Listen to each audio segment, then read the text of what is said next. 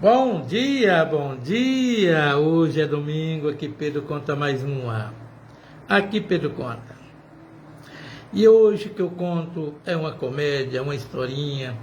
Espero que eu consiga trazer para este domingo para vocês mais sentido, pelo menos para distrair, para se libertar, para ouvir algumas coisinhas, ouvir as histórias, piadas, comédia de Pedro Conta, que aqui conta mesmo. E a que eu conto hoje é a história de um cearense e o seu jumento.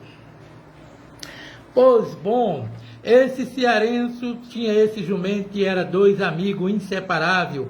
Eles, para onde um ia, outro ia. Era cúmplice em quase tudo. E mais tudo, para que vocês entendam. Se o jumento mijasse, o cearense mijava também. Se o cearense mijava, o jumento mijava também. Numa dessas, se tivesse a jumenta por perto, os dois mijando, o jumento pensava, eu creio, assim. Aí não, Zé Cabaça, é minha vez. Pois era parecido em tudo, no tamanho, em tudo. E esses dois andavam para todo lado, o vilarejo, para tudo quanto é lugar, e tinha muitas amizades, era conhecido. Mas nesse dia foi deles levar, foi uma remessa de queijo para a cidade vizinha. E era um pouco longe, tinha um sertão para atravessar, mais ou menos uns 12 quilômetros e meio, uma légua e meia, né? E no caso desse, eles saíram logo cedo nesse jumento, naquele passinho.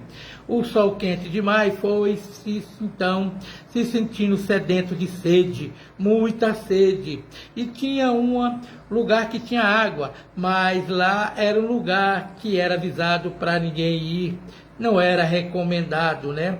Porque esse lugar lá era conhecido como a boca da onça, outro chamava de esculhambação e demônio vivo. Ele tinha muitos apelidos, mas a sede era tão grande que eles esqueceram disso tudo e já foram descendo rapidamente para lá, morto de sede. Quando viram aquela água friinha, fresquinha, já estavam em trânsito. Os dois abaixaram, meteram a boca na água e foi aquela bebedeira. Era dois animais, né? Bebendo a água, e quando de lá do outro lado tá a onça, lepe-lepe, a onça já estava. Era uma enorme de uma pintada, era bruta demais da conta. A pintada bebendo, olhou com aqueles olhões estatalados para os dois, e assim deve ter se imaginado o desaforo. Aqueles dois ali, tá me vendo aqui, e se me viu e me ignorou, não tiveram medo de mim, não sabe que não deve vir aqui, aqui é proibido. Esse vai me pagar. E a onça assim bebendo, olhando, concentrando nos seus pensamentos, foi dotado de uma fúria, uma raiva enorme. Foi de repente ela extrapolou-se dando aquele urro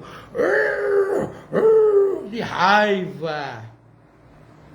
Deu-lhe uma patada na água, que na patada que ela deu, caiu fora dois piau cortado ao meio. As unhas da onça era muito amolada, ó.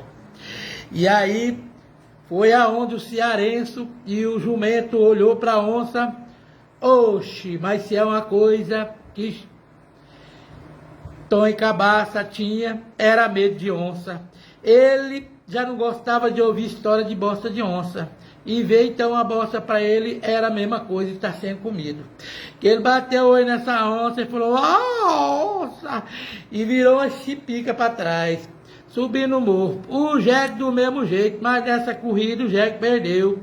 O danado do cearense passou na frente do jegue, o susto era demais. A onça atravessou numa velocidade terrível e conseguiu alcançar o jumento. O jumento levou uma patada no rabo que deu uma freada para trás. Vendo então a morte, o jumento pensou, não vou morrer sem luta.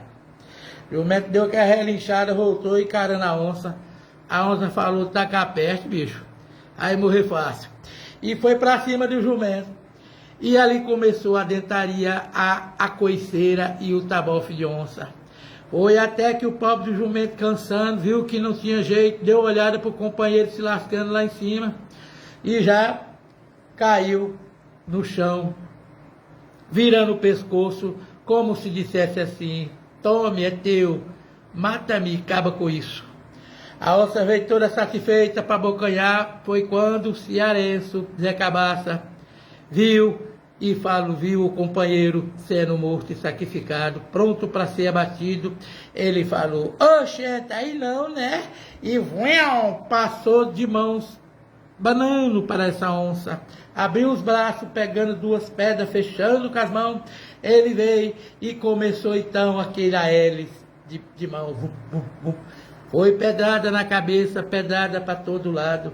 A onça só enfurecia, largando a atenção desse jegue, passou para esse hominho cearense.